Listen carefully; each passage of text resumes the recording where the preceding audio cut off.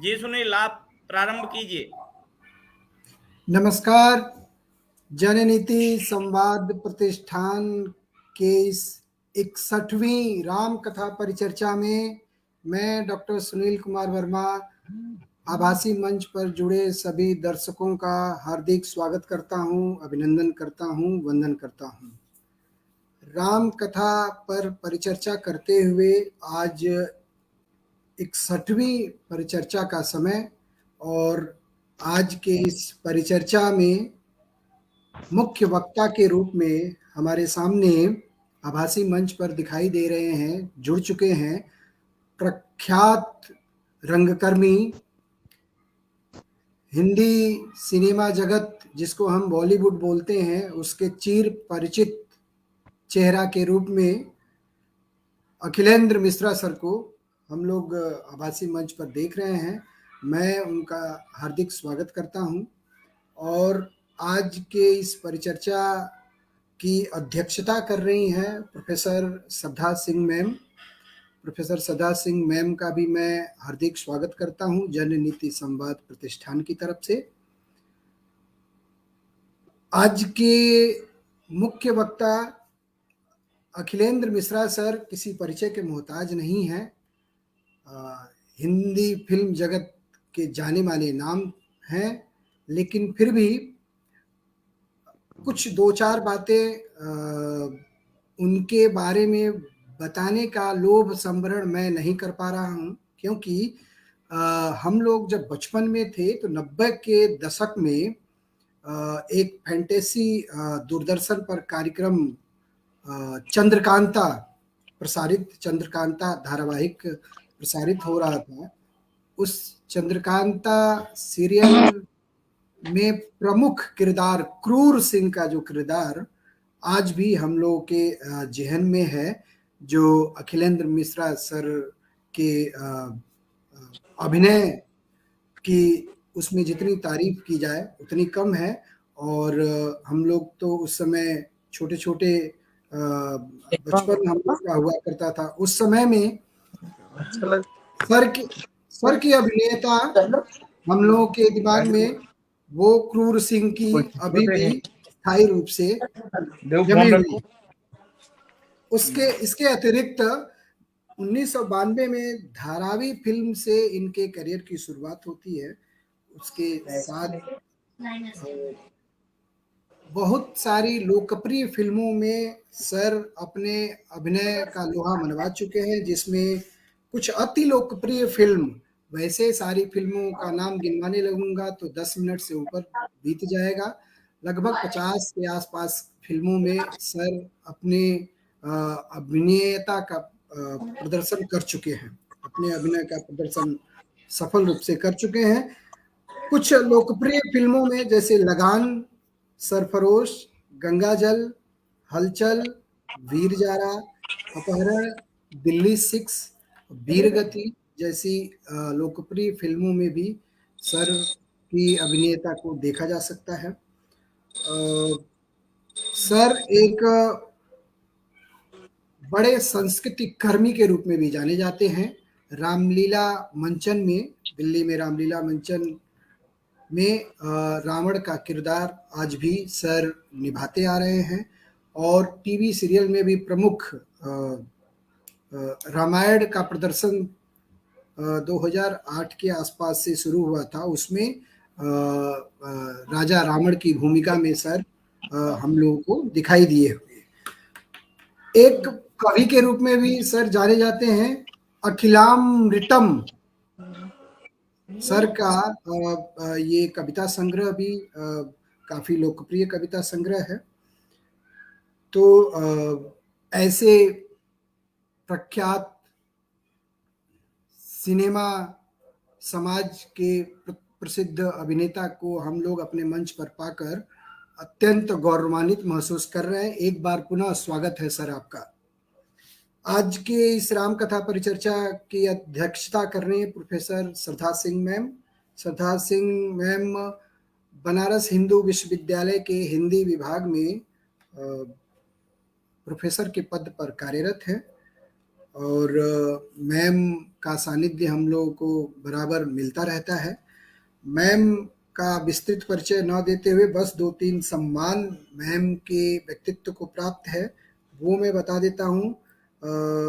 अंतर्राष्ट्रीय साहित्य कला मंच भूटान द्वारा महाप्राण निराला स्मृति सम्मान 2019 में मैम को प्राप्त हुआ, और विश्व हिंदी मंच मॉरिशस द्वारा विश्व हिंदी गौरव सम्मान 2019 में और विश्व हिंदी सेवी सम्मान 2018 में मैम को प्राप्त हुआ। मैम का हम पुनः इस जननीति संवाद प्रतिष्ठान के मंच पर मैं स्वागत करता हूँ। आज के परिचर्चा का विषय है राम। भारतीय संस्कृति के आधार स्तंभ हैं राम, श्री राम या रामचंद्र। राजा दशरथ के पुत्र के रूप में हम जानते हैं, सीता माता के पति के रूप में जानते हैं, या कौशल्या माता के बड़े पुत्र के रूप में हम जानते हैं, भरत शत्रुघ्न के भ्राता के रूप में जानते हैं, और इन सब के अतिरिक्त मर्यादा पुरुषोत्तम के रूप में हम श्री रामचंद्र के व्यक्तित्व को जानते हैं। मर्यादा पुरुषोत्तम, मर्यादा इसलिए कि मर्यादा का पालन करने के लिए श्री रामचंद्र ने पत्नी तक का त्याग किया, राज्य का त्याग किया, मित्र और भाइयों का त्याग किया, मर्यादा के पालन के लिए पुत्रों का भी त्याग किया।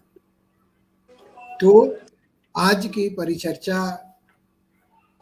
का विषय राम, उस पर हम सभी लोग आज के मुख्य वक्ता अखिलेंद्र मिश्रा सर से सुनने के लिए हम सभी लोग उत्सुक हैं। तो मैं अधिक समय न लेते हुए मैं परिचर्चा के मुख्य वक्ता अखिलेंद्र मिश्रा सर को आमंत्रित करता हूं कि वो आए और श्री राम या रामचंद्र या भगवान श्री राम पर अपने वक्तव्य देकर हम सभी का ज्ञानवर्धन। मार्क्स तो गए 5। स्वागत है सर अखिलेंद्र मिश्रा सर का मुख्य वक्तव्य के लिए। मेरे कमरे में ताला लगा दिया। कब करना है? कल देना। राम राम, राम राम त्यागी जी, राम राम सुनील जी, संतोष जी राम राम, अनूप जी राम राम, पुष्पा जी राम राम, श्रद्धा जी राम राम। राम राम सर, राम राम। राम राम। नमस्ते सर। राम राम राम राम राम राम राम राम।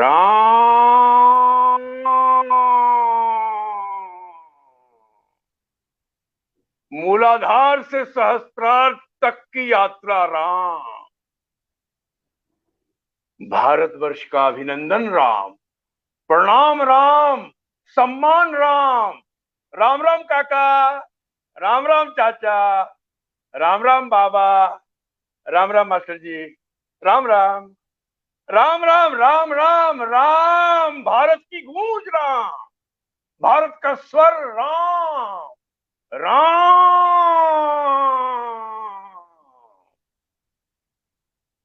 राम। भारत की संस्कृति का आधार राम, भारत की सभ्यता राम, राम। राममय रावण,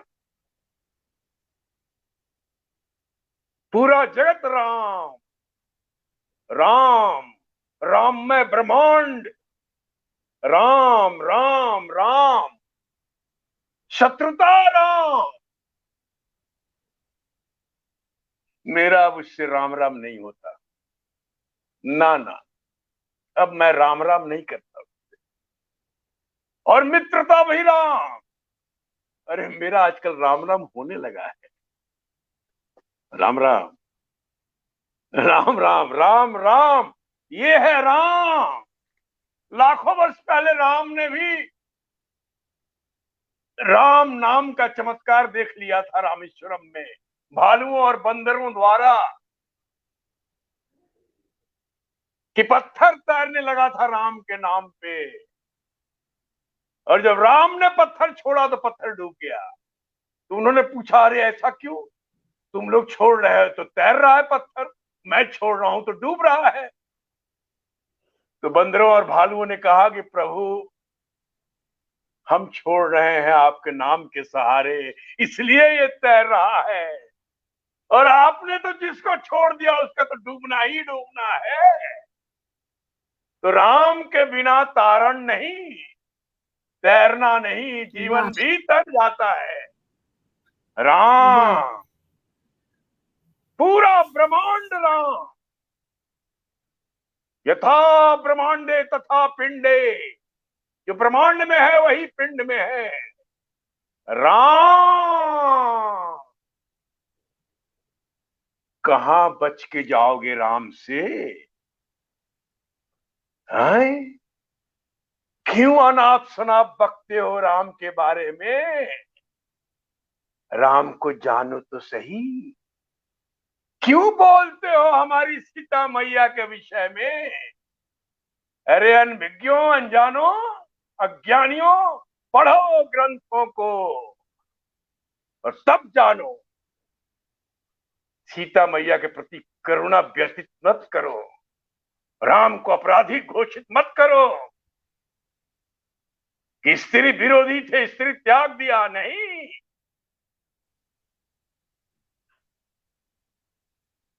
कोई भी पिता नहीं चाहता कि उसका पुत्र उससे हारे। हर पिता चाहता है कि उसका पुत्र उससे बड़ा बने, उससे विजय की प्राप्ति हो। हर पिता चाहता है कि पुत्र से वो हारे और उसका पुत्र उससे जीते। हर गुरु चाहता है शिष्य मुझसे जीते।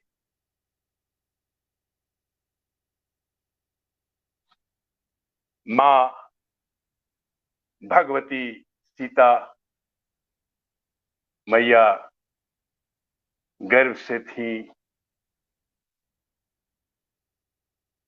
और हर पति का यह धर्म होता है कि जब पत्नी गर्भ से हो तो पति पूछे कि तुम्हारी इच्छा क्या है। भगवान राम ने भी पूछा मैया से कि बोलो सीते, तुम्हारी इच्छा क्या है, मैं पूरी करूंगा।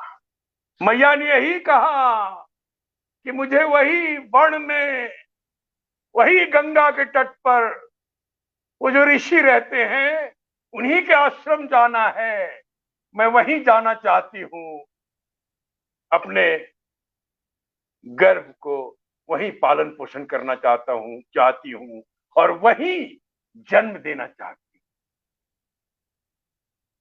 तो भगवान राम तो भगवान सुबह सुबह बुलाया लक्ष्मण को और लक्ष्मण जी से कहा कि लक्ष्मण, कल रात को मैं भ्रमण कर रहा था, विचरण कर रहा था राज्य में, किसी धोबी ने ऐसे ऐसे कहा। अब वो तो भगवान है, किसी से भी कुछ भी कहलवा सकते हैं। तो तुम एक काम करो, सीता की भी इच्छा है, तुम सीता को ले जाकर गंगा के तट पे वाल्मीकि के आश्रम पर छोड़ आओ। और मां वहां जाती हैं, अरे जहां हमारी मां सीता आदि शक्ति भगवती, ऋषि वाल्मीकि का आश्रम, वहां किस बात का दुख, किस बात की तकलीफ। और जब पुत्रों ने जन्म लिया, लौ और कुश ने, जब भी वो पूछते मां तुम तो हो, पिताजी कहाँ हैं, मां हमेशा कहती समय आने पे बताऊंगी, समय आने पे बताऊंगी। ये मैं वाल्मीकि रामायण का प्रसंग सुना रहा हूं, समय आने पर मैं बताऊंगी। और भगवान श्री राम को भी जब पता चल गया कि हमारे पुत्र अब इस लायक हो गए हैं, तनिक देखूं तो सही, कि मेरे पुत्र कितने वीर हैं, कितने वैभव है, कितना पराक्रम है उनमें, कितने बड़े योद्धा हैं, कितने बड़े विद्वान हैं। उन्होंने अश्वमेध यज्ञ किया। अश्वमेध यज्ञ पुण्य प्राप्ति के लिए नहीं किया, अश्वमेध यज्ञ अपने पुत्रों के विषय में जानने के लिए किया। और अश्वमेध यज्ञ का घोड़ा भी उधर ही गया जिधर वाल्मीकि आश्रम था, उसी वन से गुजरा और वहीं घोड़े को लौ कुश ने पकड़ लिया।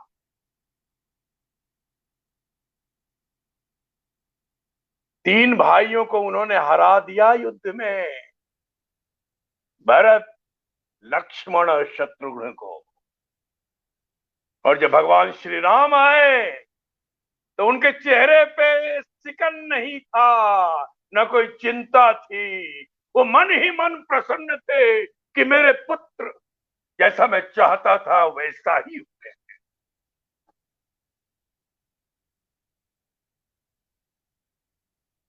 तो बार बार इस विषय में प्रश्न उठाने वालों को उत्तर दे रहा हूं। ये समझ लें कि माता सीता अपने मन से, अपनी इच्छा से बन गई थी, प्रभु राम ने त्यागा नहीं था। और प्रभु राम ने अपनी गर्भवती पत्नी की इच्छा को पूरा किया था। हर पति का धर्म है कि अपनी गर्भवती पत्नी की इच्छा को पूरी करे। वो क्या कह रही है? और माता भी चाहती थी कि मेरे पुत्र उस तरह से पले बड़े।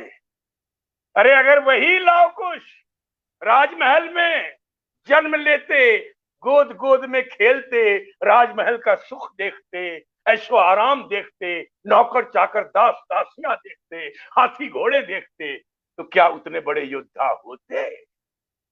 कभी नहीं। इसलिए हर पिता चाहता है कि मेरा पुत्र मुझसे जीते, मुझसे भी अधिक शक्तिशाली हो। मैं संपूर्ण संसार से मैं जीत जाऊं, लेकिन मैं अपने पुत्र से हारूं। और यही ध्येय था भगवान राम का। उन्होंने माता को छोड़ा नहीं था। याद रखा जाए, स्मरण रखा जाए। माता जब लौटती हैं, जब लव कुश को राम जी के हवाले करती हैं, तब भी एक क्षण वो महल में नहीं रहती। धरती से आई थी, धरती में ही समाहित हो जाती है। अरे वो तो आदि शक्ति भगवती है, वो तो रूप ही अलग है। कौन है मां सीता? पहले ये जानिए, फिर प्रश्न उठाइए। प्रश्न उठाने वाले आजकल बकर बकर बकर बोल रहे हैं हमारे राम जी और सीता जी के बारे में। पहले जानिए कि कौन है। बृहस्पति के पुत्र कुशाध्वज वेद पारायण करते थे, वेद पढ़ते थे, वेदों का पाठ करते थे। और एक दिन वेदों के सारे मंत्र वांग्मय स्वरूप में एक प्रौढ़ा युवती के रूप में प्रकट हो गई।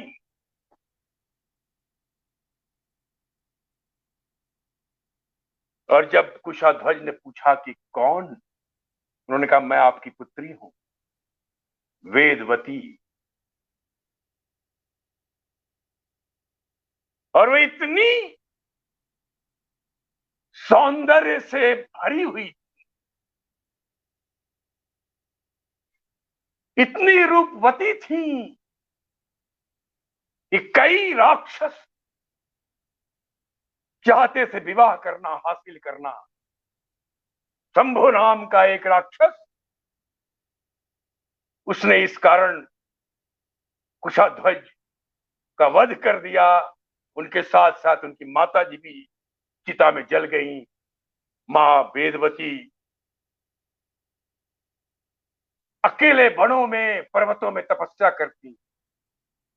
रावण मिलता उनसे, रावण भी हासिल करना चाहता था। रावण जब पूछता है तो रावण को अपना परिचय वेदवती बताती है, देती है। कि मैं वो हूं। और रावण ने चेष्टा की उनके बाल को पकड़ के घसीटने की, लंका लेकर चलूंगा। इतनी शक्ति थी तपोबल की कि सिर्फ हाथ ऐसे फेरा था उन्होंने, पूरा हाथ बाल निकल गया, उसका हाथ छूट गया और श्राप दिया कि तेरी मृत्यु का कारण मैं बनूंगी। और वहीं प्रज्वलित हो गई।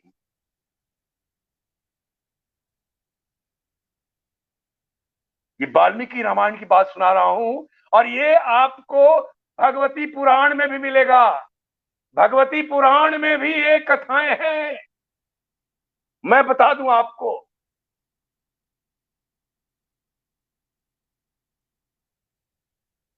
रावण को कमल के फूल में एक छोटी सी बच्ची मिली।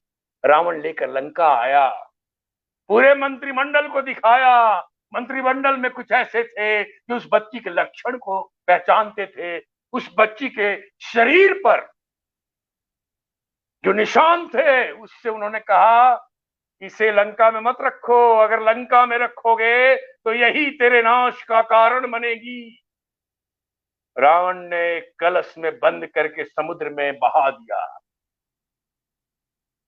अब वो तो पृथ्वी की बेटी समुद्र के माध्यम से पृथ्वी में समा गई। मिथिला के राजा जनक जब हल चला रहे थे तो वही हल के सीप से, हल के अग्रभाग को सीता कहते हैं, वहीं से कलश मिला, इसलिए उनका नाम सीता पड़ा।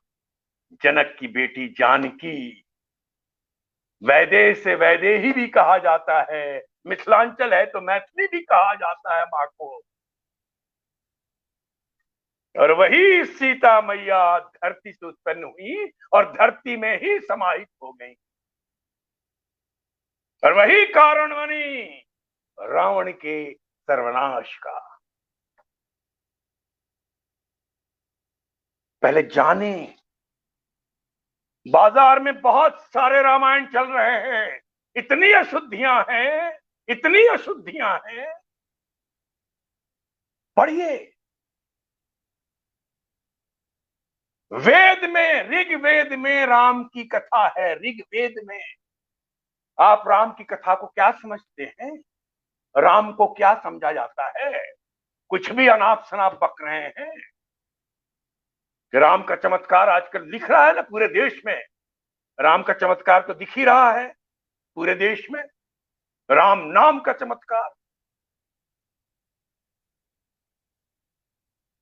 अरे हनुमान जी तो धरती पे रहते थे, अरे कैसे सूरज को यार निकल गए।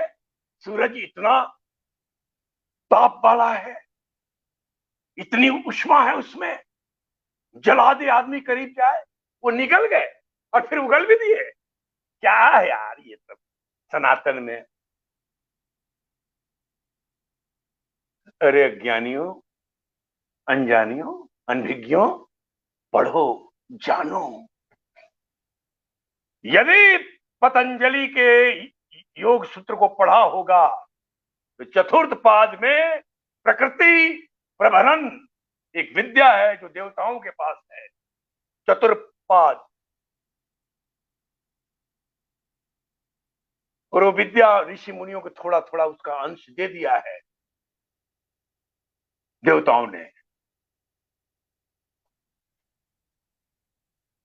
किसी भी चीज को बड़ा कर देना, किसी भी चीज को छोटा कर देना, ये प्रकृति प्रभनन है, वो विद्या है। अष्ट सिद्धियां भी उसी का एक आयाम है जो हनुमान जी के पास था, कि स्वयं को विशाल बना देना, स्वयं को मच्छर की तरह बना देना। जब सीता मैया के पास अशोक वाटिका में हनुमान जी गए तो इतने से मच्छर पूरी व्याख्यान कर रहे हैं, पूरी बात बता रहे हैं राम जी के। तो सीता जी ने कहा कि ये तुम्हारे जैसे सब है राम के दल में। कहा कि नहीं नहीं मैया, आपने तो मुझे इतना छोटा समझ रही हैं, मैं इतना छोटा हूं नहीं, मैं तो बड़ा, बहुत बड़ा हूं, बहुत विशाल हूं। और वो विशाल जब रूप लिया उन्होंने, ये है प्रकृति प्रभनन। पहले इन सारी चीजों को जानिए। अगस्त ऋषि ने समुद्र को पी लिया। क्या समुद्र को पी लिया? अरे पूछते हो कितना बड़ा पेट था? समुद्र को छोटा कर दिया उसी विद्या से, एकदम छोटा कर दिया, एक बिंदु कर दिया, एक बूंद, और ले रख लिया, आचमन कर लिया। और जब शोर मचा, चिल्लाहट हुई, देवताओं ने कहा कि क्या सब सारा गणित बिगड़ जाएगा सृष्टि का, तो फिर निकाल दिया। लेकिन वही पेशाब के माध्यम से निकालते तो अशुद्ध हो जाते, तो उन्होंने ऐसे निकाला। भागीरथी जी गंगा जी को लेके आ रहे थे और रास्ते में एक ऋषि थे, उनका झोपड़ी रह गया, तो उन्होंने गंगा को ही छोटा करके गायब कर दिया और आचमन कर लिया। भागीरथी जी ने कहा है गंगा जी तो कहीं दिख नहीं रही है, मैं तो लेके आ रहा हूं स्वर्ग से, ये क्या हुआ? ऋषि देव आप कुछ कीजिए। कहा कि अरे मेरा झोपड़ी यहां था, दहा दिया इसने। अरे दहा दिया? कुछ कीजिए, देखिए मैं लेके आ रहा हूं, मेरे सारे पितरी इंतजार कर रहे हैं, सबको तृप्त होना है। तो उन्होंने अपने जांग से निकाला गंगा को। गंगा मैया को जांगवी भी कहते हैं। तो ये प्रकृति प्रभनन विद्या है, जिससे हनुमान जी ने सूर्यदेव को छोटा करके निगल लिया। और जब कोहराम मचा, जब देवी देवताओं ने त्राही त्राही करना, पूरी सृष्टि शुरू हो गई, देवी देवताओं ने प्रार्थना किया, तो फिर उन्होंने निकाल के यथारूप करके बड़ा करके अवस्थित कर दिया सूर्य को। उसके ताप वाप सब मिटा दिए, और जब वापस किया तो सब कुछ दे दिया। ये सारी चीजें, सारी विद्याएं सनातन में है, राम कथा में है।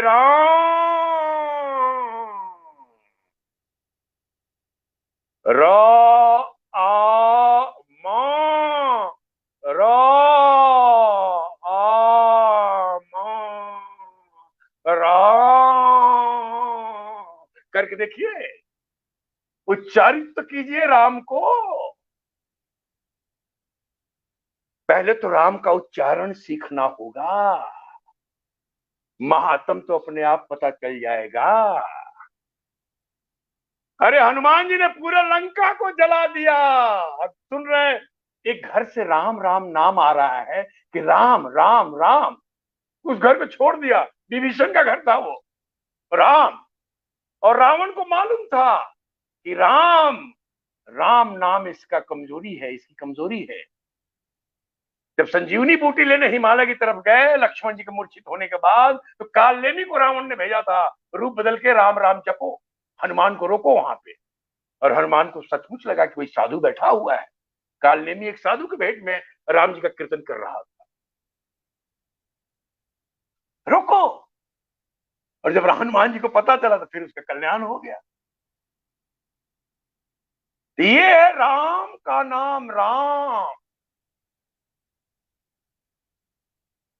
राम, सीता जी की शादी की बात चलती है कि शादी, राम ने शादी की है छोटी सी बच्ची के साथ, सीता जी को बच्ची बना देते हैं।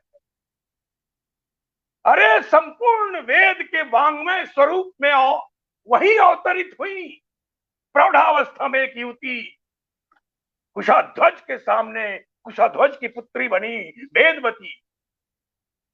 आपको लगता है 6 साल की उम्र थी? 6 साल की उम्र बताते हैं, कई उम्र बताते हैं कि राम ने 6 साल की सीता से ब्याह किया। आजकल ये सब बातें भी हो रही हैं। अच्छा नहीं लगता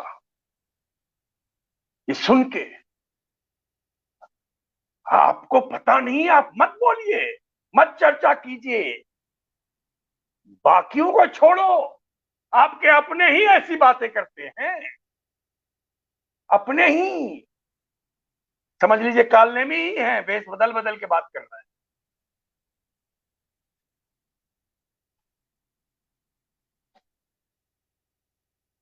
राम है कौन? अरे स्वयं भगवान विष्णु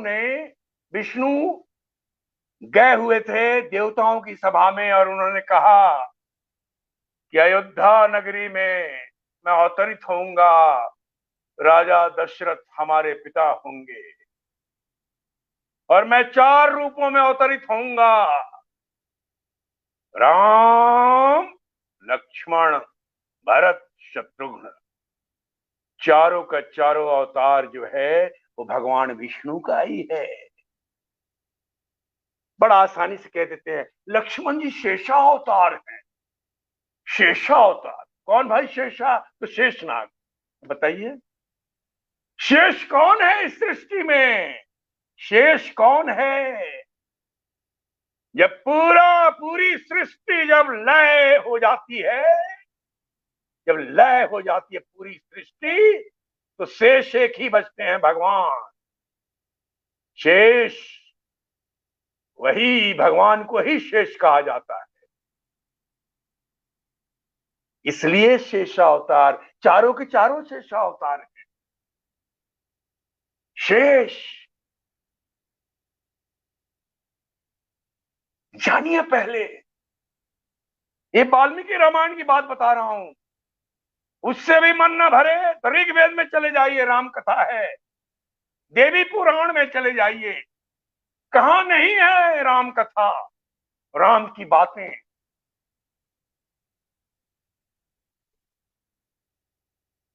एक बार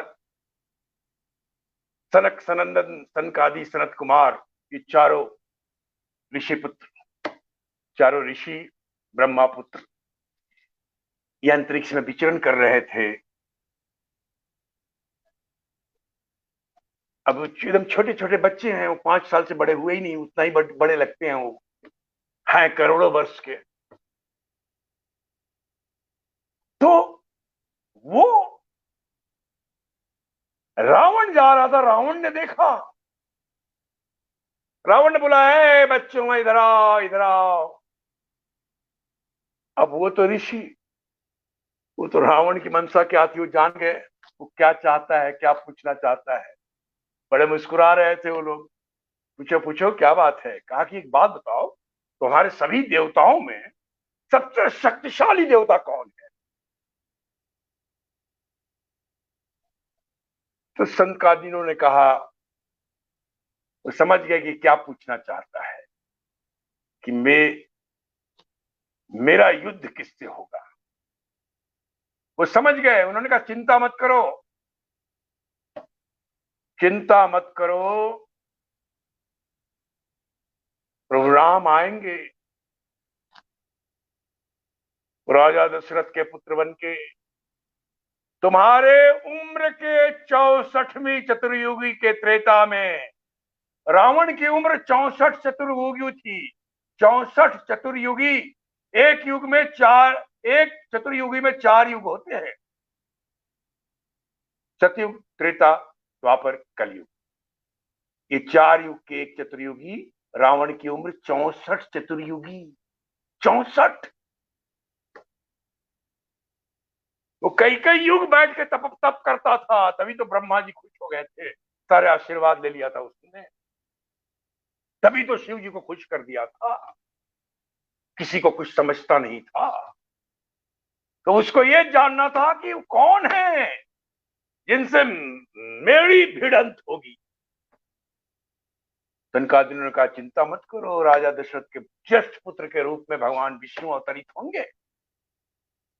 तुम्हारी उम्र के 64वें चतुर्युगी के त्रेता में, अब रावण को ये प्रतीक्षा थी कि 64वें चतुर्युगी का त्रेता कब आएगा। वो हर बार, वो कई बार दशरथ जी के पीछे भी लगा हुआ था। दशरथ जी से भी युद्ध हुआ है, जब माँ कैकेयी ने उनको सहायता की थी, और वहीं उन्होंने माँ कैकेयी ने उनसे वचन ले लिया था, जिस वचन को बाद में उन्होंने मांगा था वनवास के रूप में। तो रावण का ही युद्ध था, रावण से युद्ध था राजा दशरथ का।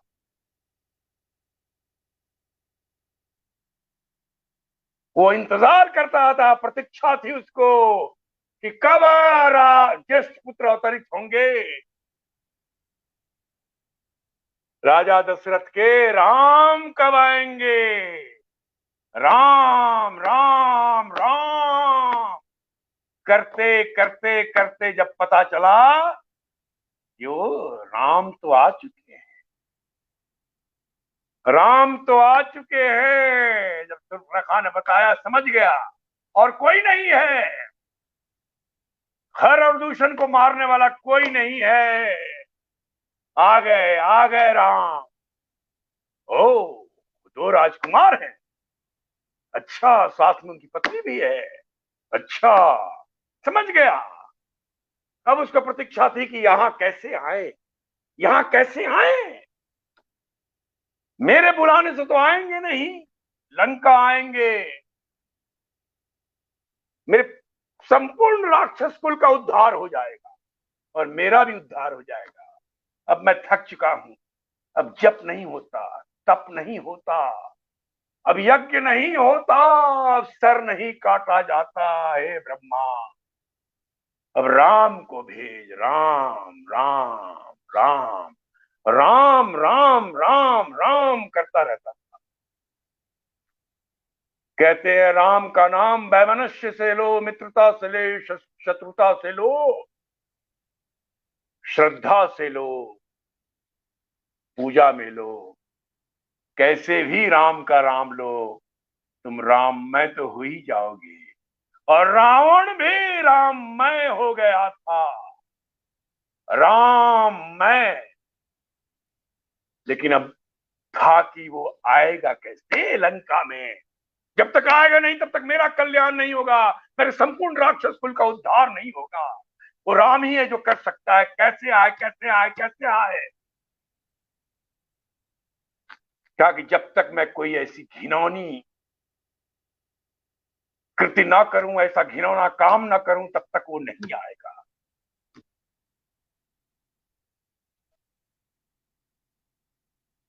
और उसने ये कृत्य किया माता के हरण का।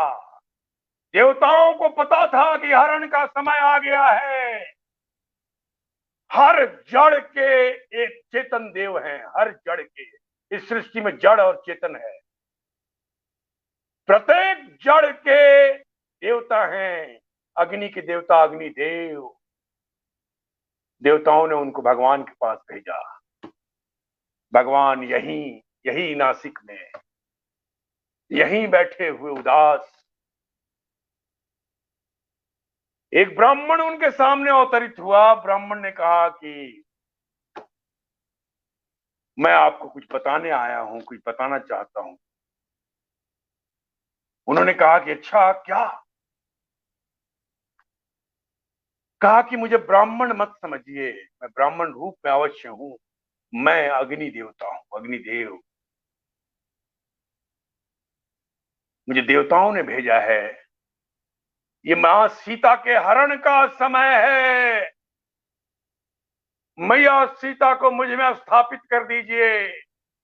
मैं अग्नि हूं और मैं आपको एक छाया सीता देता हूं। प्रभु राम ने माता को अग्नि के हवाले कर दिया, अग्निदेव के। अग्निदेव ने उनको छाया सीता दिया और अग्निदेव ने ये कहा कि जब आप लंका विजय करके आएंगे तो सीता की अग्नि परीक्षा लीजिएगा। उसी समय मैं सीता को वापस करूंगा। तब तक ये छाया आपके साथ है। इस छाया का ही हरण होगा, इस छाया ही लंका जाएगी। ये वाल्मीकि रामायण बता रहा हूं।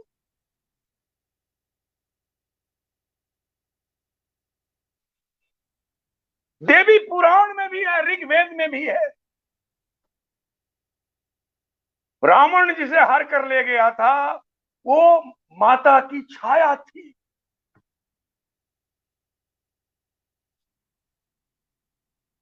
इसका भान किसी को नहीं था, यहां की तक कि लक्ष्मण को भी इसका भान नहीं था। और वही हुआ, मां सीता का हरण हुआ। वही छलावा, वही स्वर्णिम हिरण मारिच, और वही रावण का आना साधु के वेश में। ये साधु का वेश क्या है? ये क्या है साधु का वेश?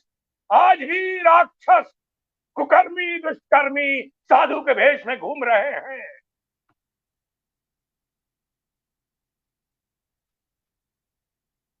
ये वो प्रसंग है, इससे आज सबक लेने की आवश्यकता है।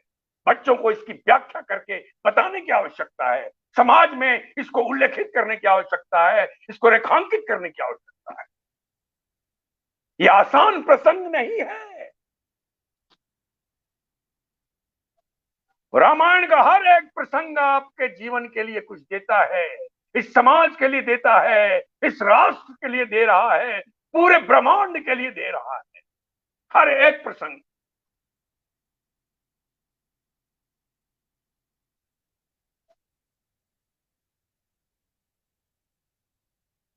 आज ब्राह्मण ब्राह्मण ब्राह्मण भी बड़ा हो रहा है। रावण भी एक ब्राह्मण था, एक दुष्कर्म किया, सिर्फ एक दुष्कर्म अपने स्वार्थ के लिए, लेकिन उसने सीता मैया को छुआ तक नहीं।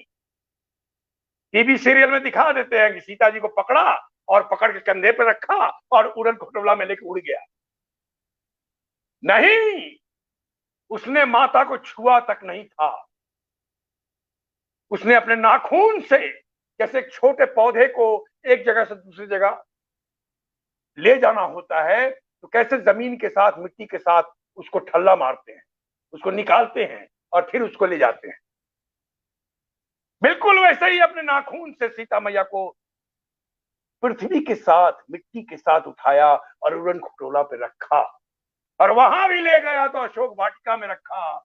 सारी की सारी सुरक्षा कर्मी जो थी वो महिलाएं थी अशोक वाटिका में, देख रेख करने वाली भी महिला थी। जब भी आता था आज्ञा लेके आता था, आके डराता था, सब करता था, लेकिन डरता था क्योंकि मां की शक्ति इतनी थी कि मां वहीं अपने नीचे पड़े हुए कुश को तोड़ के सामने रख दिया था। ये कुश, यही कुश रक्षा करेगा। हर जड़ का एक देवता है, याद रखिए। जड़ को जड़ मत समझिए। वो कुश क्या है? जो मां सीता, जब भी रावण आता था मां सीता लेके बैठ जाती, आगे कर लेती थी। माता के और रावण के बीच में वो कुश होता था, और इतना भी रावण की हिम्मत नहीं थी कि अपने स्थान पे जहां खड़े होकर बात कर रहा है वहां से आगे आ जाए। जब प्रभु श्री राम को रामेश्वरम में लाखों वर्ष पहले, उस समय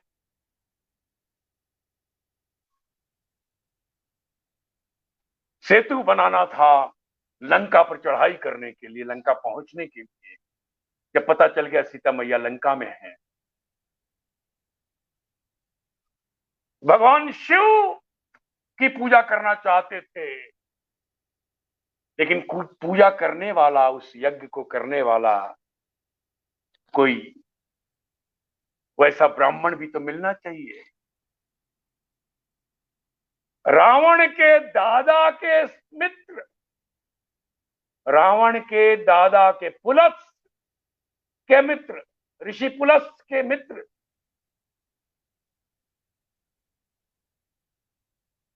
जामवंत जी ने कहा भगवान से कि भगवान, एक रावण ही है इस क्षेत्र में महापंडित जो भगवान शिव का ये यज्ञ कर सकता है। आप भगवान शिव की पूजा करके स्थापित कर सकते हैं शिवलिंग, और फिर सेतु का कार्य आगे बढ़ा सकते हैं।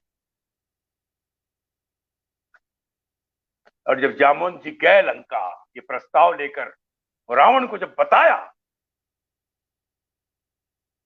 तो रावण ने कहा कि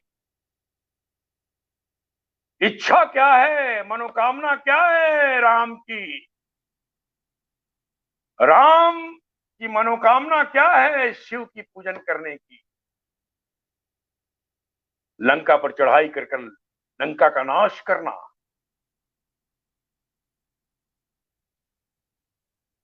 मुझे मिटा देना, मुझे मारना। जामुन जी ने भी कहा हाँ यही है। देखिए सत्य, सत्यता बात किसकी हो रही है? जामुन जी और रावण की। और रावण उस समय एक ब्राह्मण रूप में बात कर रहा है कि क्या मनोकामना है इस यज्ञ का क्या प्रयोजन है। और जामुन जी बताते हैं और रावण स्वीकार करता है उस आमंत्रण को, आचार्य बनने के लिए तैयार होता है कि हाँ मैं ये यज्ञ करवाऊंगा। वो अशोक वाटिका जाता है, मां सीता को पूरा प्रसंग बताता है। मां सीता अपनी आंचल ढके हुए वहीं से भीतर ही भीतर अपने आचार्य को प्रणाम करती हैं कि प्रणाम आचार्य। मेरे प्रभु ने ये सोचा, मेरे प्रभु ने अगर आचार्य इसको सोचा है, रावण को सोचा है, तो गलत नहीं सोचा है, क्योंकि रावण जैसा विद्वान कोई नहीं और अभी इस समय मेरा आचार्य है। मां सीता ने प्रणाम किया अपने आचार्य को और रावण ने कहा कि यज्ञ बिना स्त्री के, पति को सपत्नी बैठा जाता है वेद।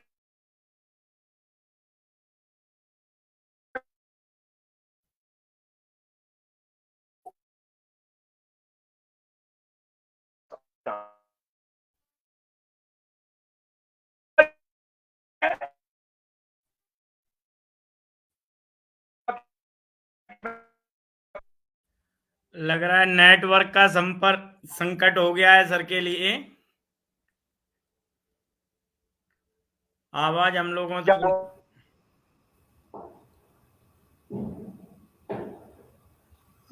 आवाज का व्यवधान है, अभी ठीक हो जाएगा सर। जी जी जी हाँ अभी ठीक है जी सर हाँ जी। बिल्कुल ठीक। तो रावण ने कहा कि मैं आचार्य हूं, एक आचार्य का धर्म है अपने जजमान का यज्ञ सफल कैसे हो उसका ध्यान रखना। मैं तुम्हारी पत्नी को लेकर आया हूं, ये है सीता। और सीता जी आती हैं, वहां यज्ञ होता है, पूजन होता है। सीता मैया वहीं बालू से शिवलिंग बनाती हैं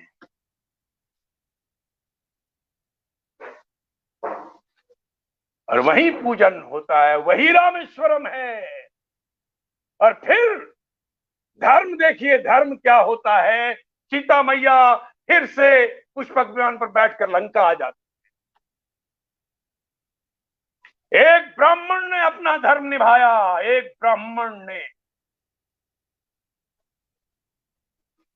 रावण एक ब्राह्मण था, महापंडित, त्रिलोक विजेता कहते थे, त्रिकालदर्शी कहते थे। ग्रह और नक्षत्रों पर उसकी ऐसी उसका वर्चस्व था, जो आज्ञा देता था। वो जब तप कर रहा होता था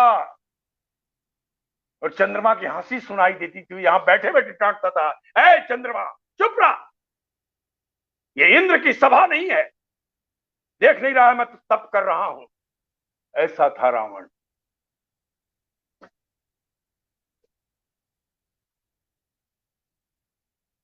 उसने एक दुष्कर्म किया। ये जो प्रसंग सुना रहा हूं, ये तमिल रामायण जो कंभ ऋषि ने लिखा है, कंभ रामायण में, ये वो प्रसंग सुना रहा हूं।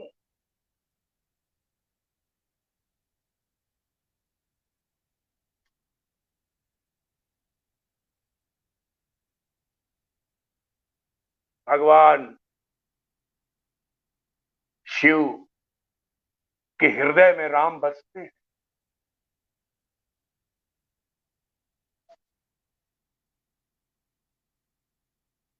जब समुद्र मंथन हुआ और पहले विष निकला, हलाहल हलाहल विष, तो सृष्टि के कल्याण के लिए भगवान शिव ने धारण किया। और जैसे विष कंठ तक पहुंचा, उन्हें याद आया, स्मरण हुआ कि मेरे प्रिय राम तो मेरे हृदय में है, कहीं ये विष उनको ना छू जाए।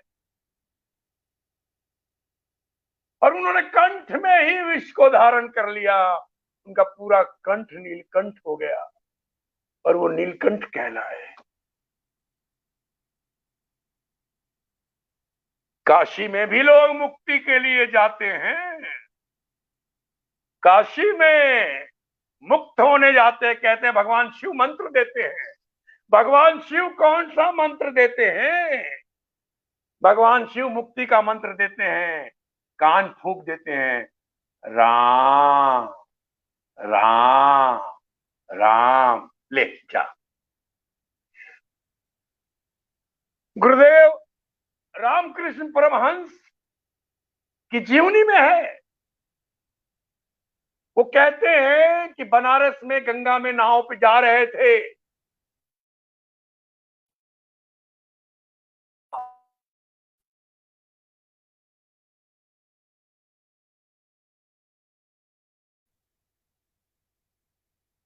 चिताएं जल रही हैं, एक स्त्री बैठकर बंधन खोल रही है, बंधन खोल रही है। और एक विशाल काय सफेद पुरुष उस चिता से शरीर को उठाकर कान फूंक रहा है, जैसे कोई मंत्र दे रहा हो, और ऊपर फेंक रहा है। कहते हैं वो मां भगवती थी, वहां बैठ के बंधन खोल रही थी, और वो विशाल काय सफेद पुरुष जो चिता से लाश उठाकर कान फूंक रहे थे, वही भगवान शिव। ये परमहंस जी की जीवनी में है, पढ़ लीजिएगा। राम तारण है। जो जो राम को पकड़ कर रखेगा, राम को धारण करके रखेगा, राम को साथ रखेगा, उसको तरना ही तरना है, उसका कल्याण होना ही होना है।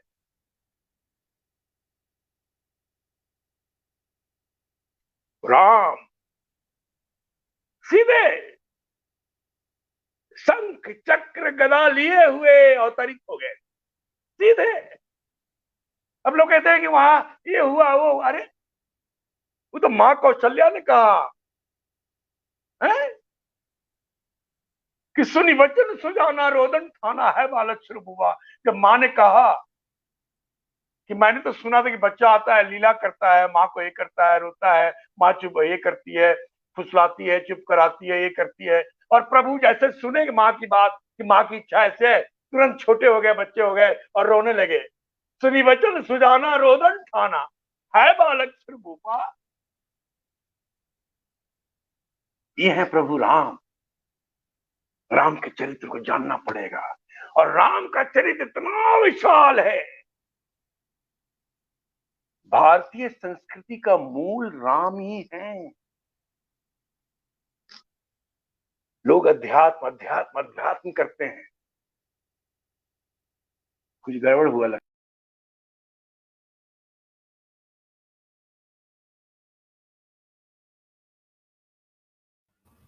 रहा है। सर, फिर यकायक कट गए, अभी जुड़ेंगे। ये अचानक से लीव वाले पे बटन दब गया, उनका हाथ क्लिक हो गया। अचानक से, हाँ वो हाँ, हाँ, अचानक से वो लेफ्ट कर गया, फिर वे जुड़ेंगे कभी जैसे। कभी कभी ना हो तो जाता है। ना हो तो उनको एक बार इन्फॉर्म कीजिए सर, सूचित कीजिए फोन पे, वो तुरंत जुड़ जाएंगे। वो पहली बार स्ट्रीम यार्ड से जुड़ने पर भी वो थोड़ा हाँ, वो कंफ्यूजन संकट रहता होता है। है। हाँ, एक बार सर फोन कर लीजिए। मैं फोन करता हूँ।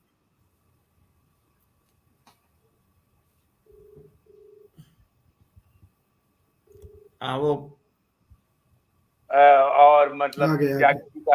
त्यागी जी का जी जो आग्रह रहा कि वेबिनार करना है, तो मैं अभी मोबाइल से जुड़ा हुआ हूँ, तो मेरा मोबाइल भी कह रहा है अरे 2 साल किए खूब, 20 में 21 में, अभी अचानक क्यों शुरू हो गए? तो वो कह रहा है मुझे आदत नहीं है, अभी रुको रुको, आदत डालने दो, मुझे आदत डालने दो। तुमको मैं इतना सुन रहा हूँ, बाकी लोग भी सुन रहे हैं, तो ये बीच बीच में गड़बड़ा रहा है, थोड़ा रेस्ट ले रहा है, तो मैं वापस आ जा रहा हूं, तो चिंता मत कीजिएगा। तो ये हमारे राम का चरित्र है। राम के बारे में बहुत जिसको मन कर रहा है आजकल अनाप शनाप बके जा रहा है, अनाप शनाप कुछ भी बक रहा है।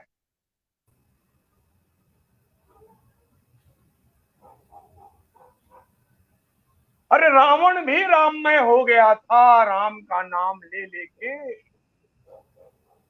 अब जिसका अभाग्य है कि राम का नाम ना ले,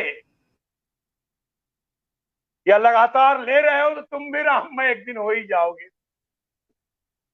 अब मैं देख रहा हूं राम के बारे में अनाप शनाप बकने वाले भी आजकल थोड़ा थोड़ा लग रहा है राममय हो रहे हैं समाज में। तो ये राम कथा बहुत विस्तार है। राम कथा कहने वाले, अब कथा तो 3 ही बार हुआ था इस पूरी सृष्टि में। कथा, राम कथा सिर्फ 3 बार भगवान शिव ने मां पार्वती को सुनाया। आहा, उसके बाद भारद्वाज ऋषि ने याज्ञवल्क्य को सुनाया। उसके बाद काकभूषुंडी जी ने गरुड़ को सुनाया। आहा, तो 3 ही बार पूरी सृष्टि में कहा जाता है कि राम कथा हुआ था। हालांकि कलयुग में तो खूब चल रहा है, खूब मंच है, सब अपना अपना इंटरप्रिटेशन देते हैं, जिसको जहां से मिलता है वहीं से पकड़ लेता है। सबके पास अपना अपना प्रकाशन का रामचरितमानस है और वाल्मीकि रामायण है। और कुछ भी अनाप शनाप खोल के भी दिखा देते हैं आजकल कि ये वाल्मीकि रामायण है, देखिए इसमें ये लिखा हुआ है। अरे कौन छापा, कब छापा भाई, कैसे छापा?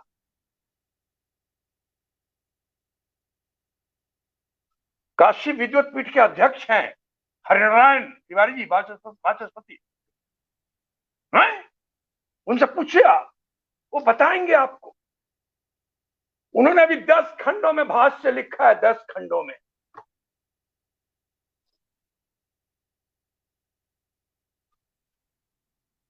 वो ऐसे विद्वान हैं।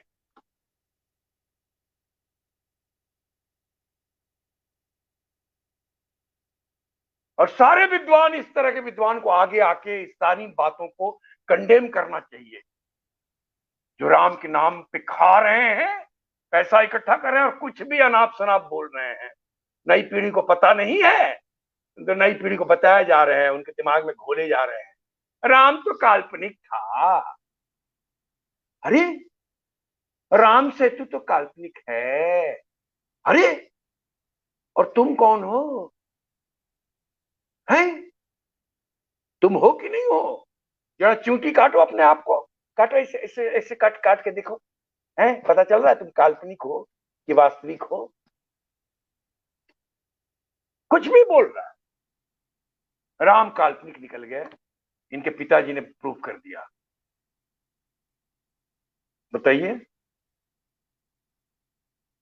ये बड़ा बड़ा ही अद्भुत क्षण है मेरे लिए कि मैं भगवान राम जी के बारे में पहली बार बोल रहा हूं किसी मंच पर।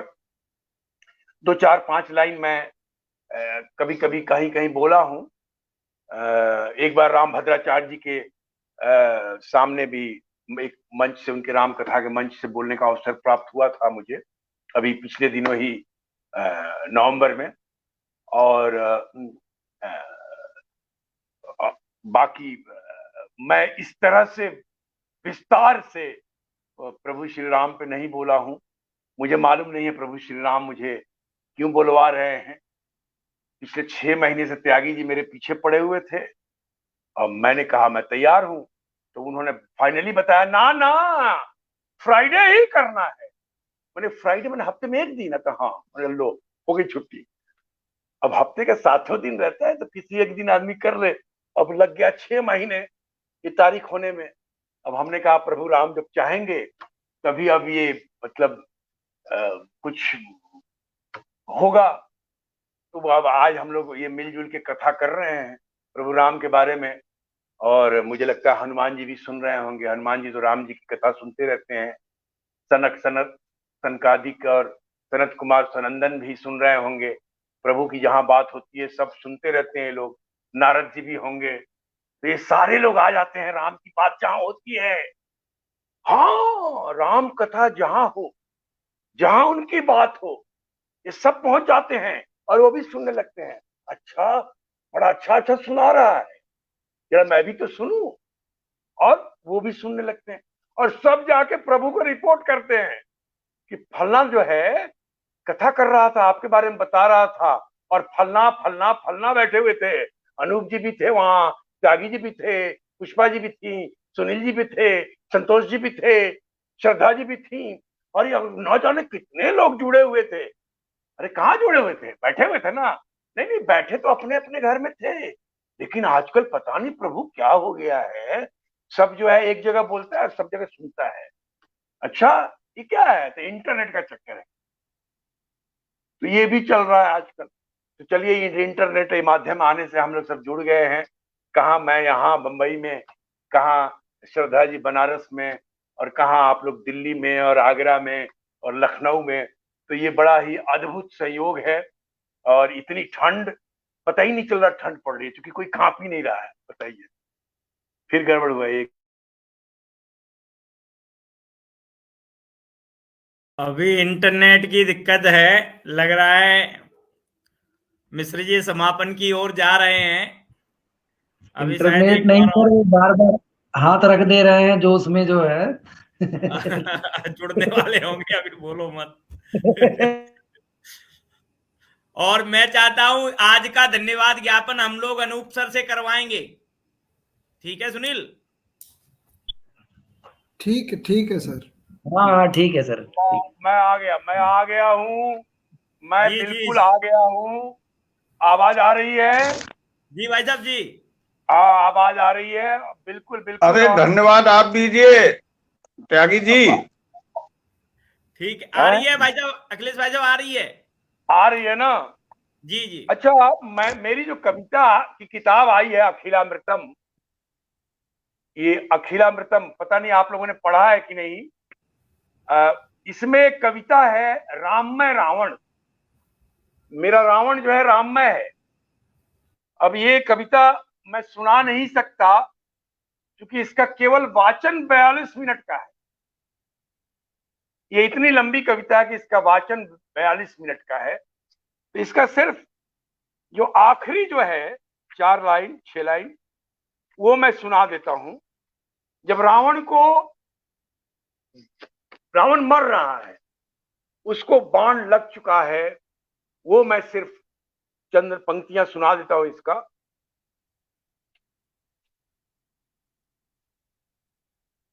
रावण कह रहा है मरते मरते, राम आज हुआ है महायज्ञ। अरे क्या हुआ, कुछ गड़बड़ हो गया फिर से।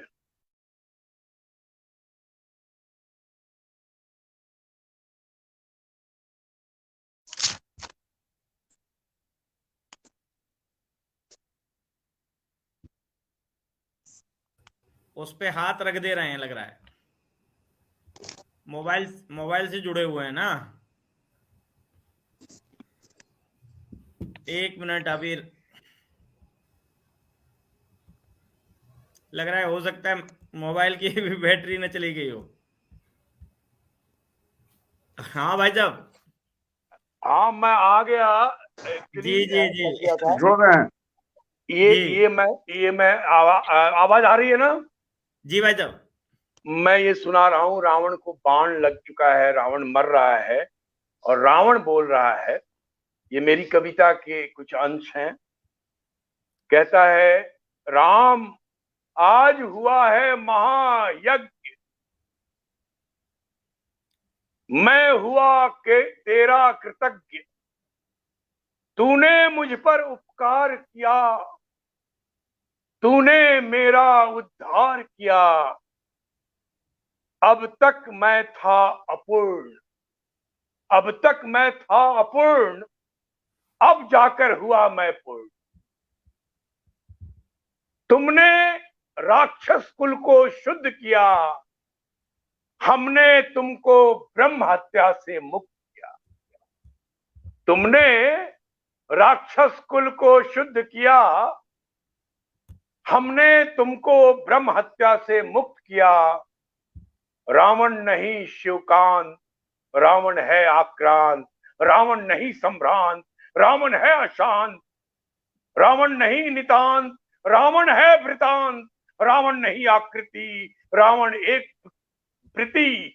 उपद्रव है इसकी प्रकृति, कलयुग में चहुओर रावण प्रवृत्ति देखे जाएंगे।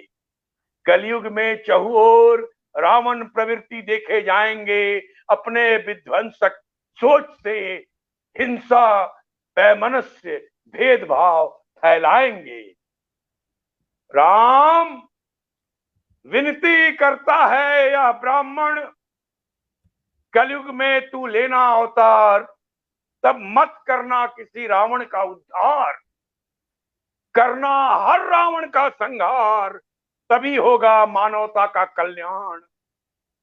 सुंदर स्वस्थ समाज का निर्माण, होगा राम राज्य का उत्थान।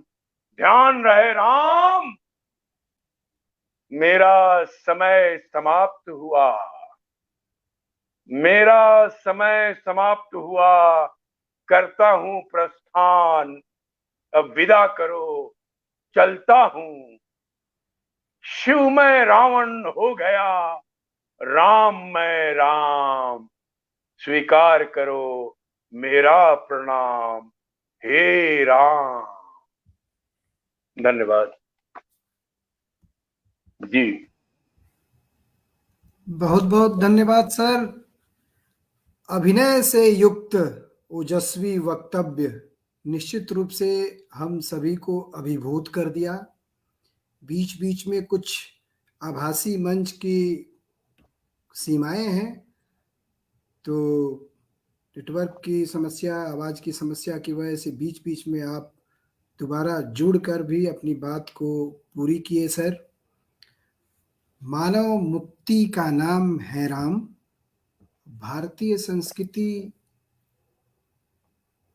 में लोक है, लोक में जो अभिवादन का स्वरूप राम राम, सिया राम, जय श्री राम, उसका अभिनय से युक्त पाठ सर आप करके हम राम कथा प्रेमियों के मन को आह्लादित कर दिया। तमाम पौराणिक ग्रंथों के माध्यम से राम कथा के विविध प्रसंगों को उद्घाटित कर हम राम कथा प्रेमियों के मानस पटल पर राम कथा के विविध प्रसंगों को पुनः चित्रित करने के लिए आपका विशेष धन्यवाद। निश्चित रूप से आपके इस ओजस्वी वक्तव्य से हमारे श्रोतागण जो जुड़े हुए हैं, उनकी टिप्पणियों के माध्यम से भी पता चल रहा था कि काफ़ी रुचि के साथ आपकी बातों को सुन रहे थे। और आपकी ये विशेषता भी है सर कि आपका वक्तव्य रुचिकर ही है। रुचिकर तो अरुचिकर हो ही नहीं सकता। और अंततः जाते जाते आप अखिलामृतम से कुछ पंक्तियों के माध्यम से हम रामकथा प्रेमियों को अमृत पान कराए, इसके लिए भी विशेष रूप से धन्यवाद। आज के रामकथा परिचर्चा की अध्यक्षता कर रही प्रोफेसर श्रद्धा सिंह मैम को अब मैं अध्यक्षीय टिप्पणी के लिए आमंत्रित करता हूं कि वो आए और अपना अध्यक्षीय वक्तव्य प्रस्तुत करें। मैम सादर आमंत्रित हैं। श्रद्धा मैम। मेरी आवाज आ रही है? जी मैम, बिल्कुल। सबसे पहले तो बहुत बहुत धन्यवाद जननीति प्रतिष्ठान संवाद को कि एक प्रख्यात रंगकर्मी और एक बड़ी हस्ती को हमें देखने और सुनने का अवसर मिला। बहुत ही वीर रस में उन्होंने राम की भक्ति भावना को हम सबके सामने प्रस्तुत किया और बहुत आनंद आया। और सबसे बड़ी अच्छी बात ये लगी कि जो तमाम प्रकार की अलौकिक घटनाओं के आधार पर अनेक लोग सनातन धर्म का मजाक उड़ाते हैं, उस मजाक को इन्होंने बहुत अच्छा करारा जवाब दिया अपने तर्कों के माध्यम से, और बताया कि बहुत सारी अनेकानेक विद्याएं थी हमारे यहाँ जिसको थोड़ा बहुत ऋषि मुनियों तक पहुंची थी, जिसका ये प्रभाव था अलौकिक चमत्कार। और इसके अलावा जो बहुत अच्छी बात इनके आपके वक्तव्य में निकल करके आई वो ये कि जैसे रामचरितमानस में शंका करने वाले 3 लोग हैं, राम के व्यक्तित्व पर शंका करने वाले, राम के ब्रह्मत्व पर शंका करने वाले 3 लोग हैं, भरद्वाज मुनि, भवानी और गरुड़।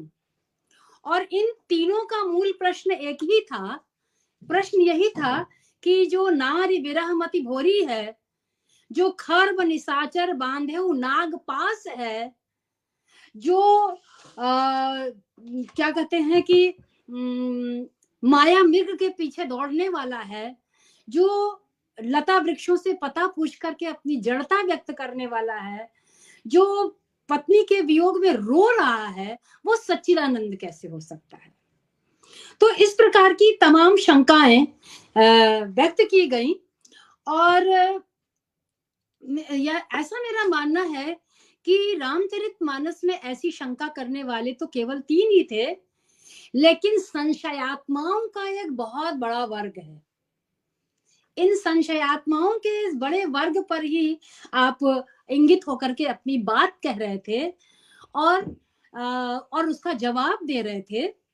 और तुलसीदास, गोस्वामी तुलसीदास जी ने भी अपनी कृति के माध्यम से ऐसी संशयात्माओं को ही जवाब दिया है, वक्ता और श्रोता के माध्यम से। काकभूषुंडी और गरुण, याज्ञवल्क्य और भारद्वाज, और शिव और पार्वती का जो संवाद चलता है, उस संवाद में संशयात्मा, मतलब ये तीनों लोग जो हैं, भवानी हो या भारद्वाज मुनि हो या गरुण हो, ये 3 संशयात्माओं का जो ये 3 संशयात्मा जो है, ये दरअसल जो आज के समय के बहुत बड़ा संशयात्माओं का वर्ग है, उसके प्रतिनिधि हैं, जिनको जवाब मिलता है कि पूरे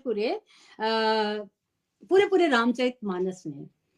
और आज के संशयात्माओं को जवाब दिया हमारे मिश्र जी ने हमारी अपने वक्तव्य के माध्यम से। अब देखिए कि जो लीला दर्शन है, उस लीला दर्शन में हमेशा संशय बाधा करता है। ऐसे ही संशय कीन भवानी, भवानी को संशय होता है, और वही भवानी बाद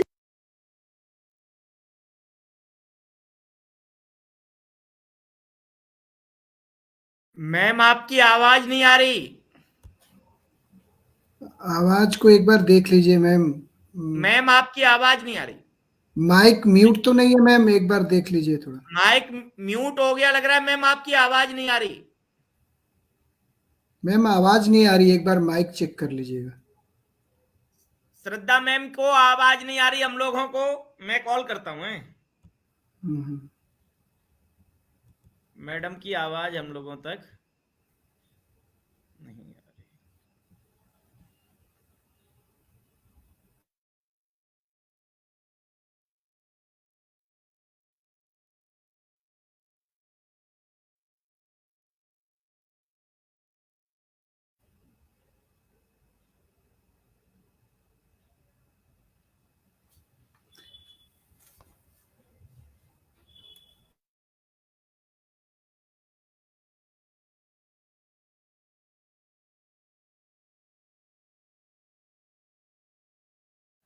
अभी टेक्नोलॉजी के अपने संकट भी हैं।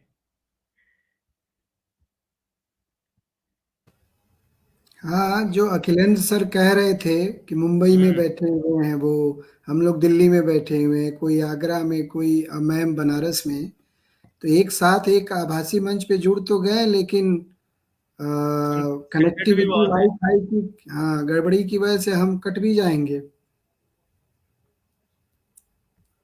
दूर भी हो जाएंगे।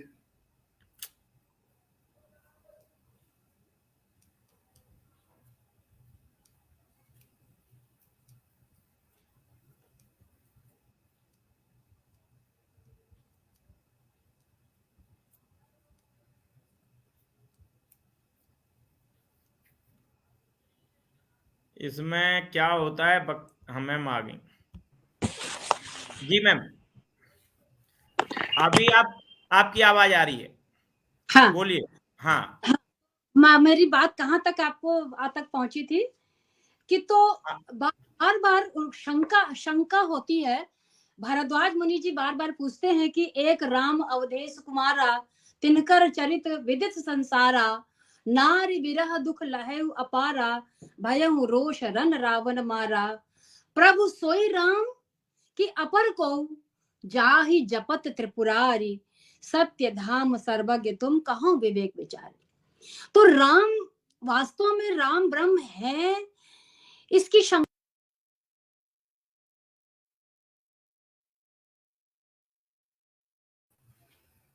फिर आवाज गई मैम की। आवाज मैम फिर चली गई आपकी।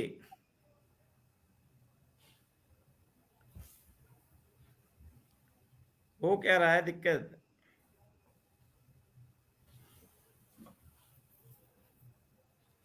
आवाज मैम नहीं आ रही है, एक बार चेक कर लीजिए थोड़ा।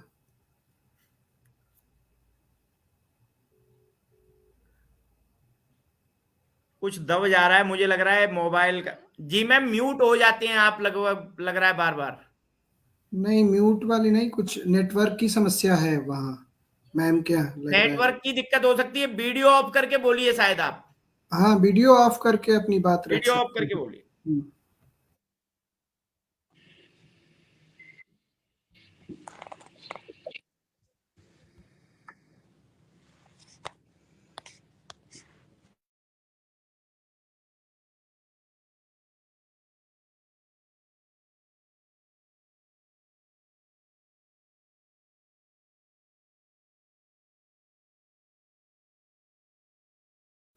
सर बताइए, नहीं आ रही है आवाज।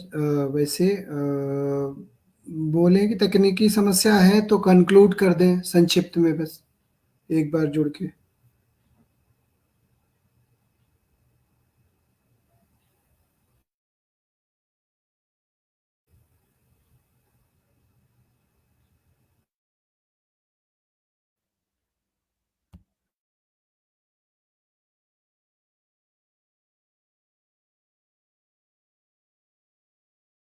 उनके यहाँ नेटवर्क की प्रॉब्लम है, ऐसा लग रहा है अभी, इसीलिए वो ये नेटवर्क की वजह से ही है समस्या सर, नेटवर्क की वजह से ही है। क्योंकि स्ट्रीम यार्ड इसको थोड़ी कनेक्टिविटी बहुत बढ़िया चाहिए।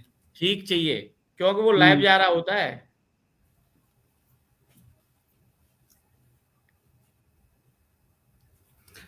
हाँ, जुड़ अखिलेंद्र गई है। सर, हाँ आपका माइक म्यूट है, आप कुछ बोल रहे हैं।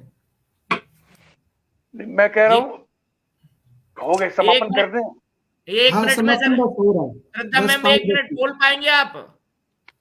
हाँ, सिर्फ 1 मिनट में बात खत्म कर रहे हैं। जी जी जी। हाँ, और तो ये बात हुई। दूसरी चीज जो मिश्रा जी ने कही वो ये, जो बहुत ही लाजिमी है आज के समय में बात करने के लिए, कि राम ने कभी भी सीता का परित्याग नहीं किया था।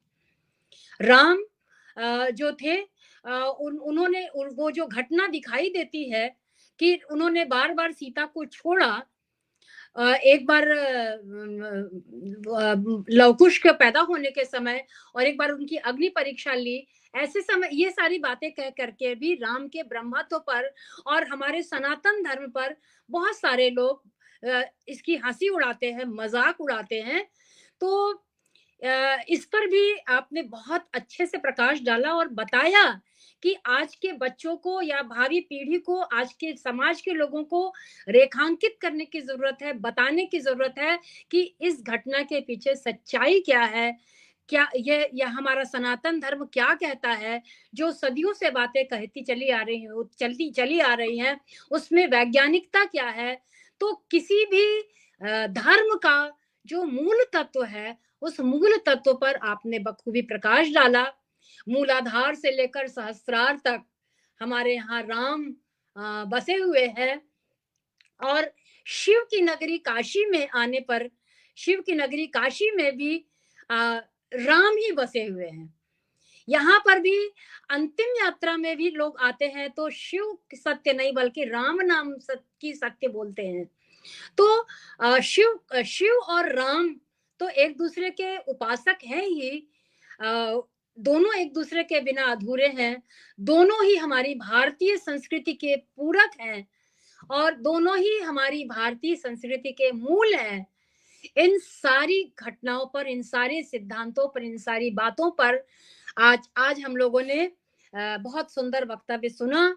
इस सुंदर वक्तव्य को देने के लिए अखिलेंद्र मिश्रा जी का बहुत बहुत आभार, और श्रीनिवास त्यागी जी का बहुत बहुत आभार कि ऐसे लोगों को सुनने का मौका आम जनता को मिला, जिससे कि बहुत सारी जो राम कथा को लेकर के विवाद चलते, जिन जिन बिंदुओं पर विवाद चलते हैं राम कथा को लेकर, उन सारे बिंदुओं पर मिश्रा जी ने प्रकाश डाला, और ये आज के लोगों को जानना बहुत जरूरी है।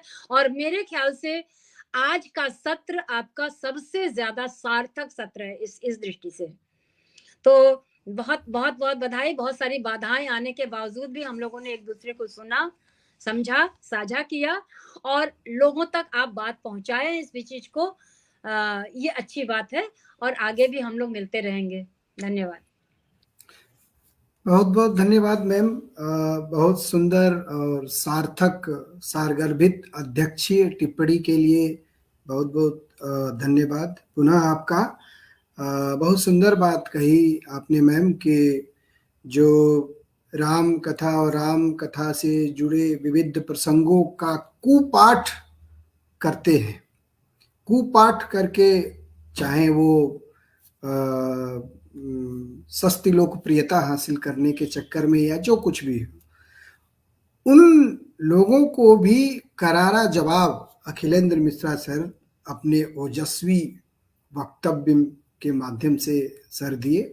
और निश्चित रूप से एक राम भक्त के रूप में अखिलेंद्र सर की जो इच्छा है, वही भारतीय संस्कृति के ही आधार स्तंभ नहीं, हम सभी ये चाहते हैं कि विश्व संस्कृति के भी आधार स्तंभ भगवान श्री राम हैं भी। हम देखते हैं थाईलैंड है, नेपाल है, इंडोनेशिया आदि विश्व के कई देशों में राम एक आदर्श के रूप में पूजे जाते हैं, और अखिलेंद्र मिश्रा जैसे राम भक्तों की मनसा और हम जैसों का साथ मिलेगा तो भारतीय संस्कृति ही नहीं, विश्व संस्कृति के आदर्श के स्वरूप के रूप में भगवान श्री राम को हम बहुत जल्द स्थापित करते हुए हम देख सकते हैं। और इसी के साथ ही आज की राम कथा परिचर्चा समाप्ति की ओर, और मैं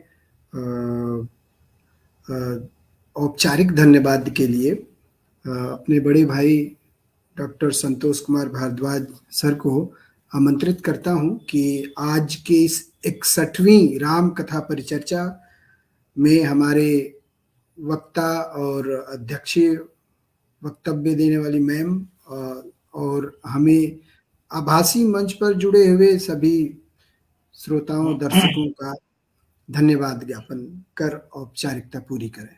जी बहुत आभार सुनील। मेरी आवाज आ रही है आपको? क्योंकि आज जी आ रही है। मुझे लगता है कि नेटवर्क ने बहुत परेशान किया है, तो बहुत बहुत धन्यवाद।